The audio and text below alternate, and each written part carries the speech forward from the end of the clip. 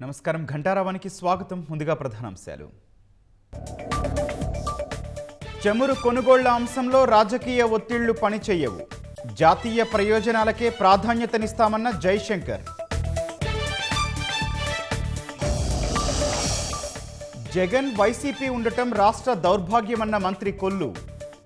సమస్యలపై అసెంబ్లీలో చర్చించకుండా వెళ్లిపోవడంపై మండిపాటు. కుటుంబ పోషణ కోసం ఆటో డ్రైవర్ అవతారమెత్తిన మహిళ.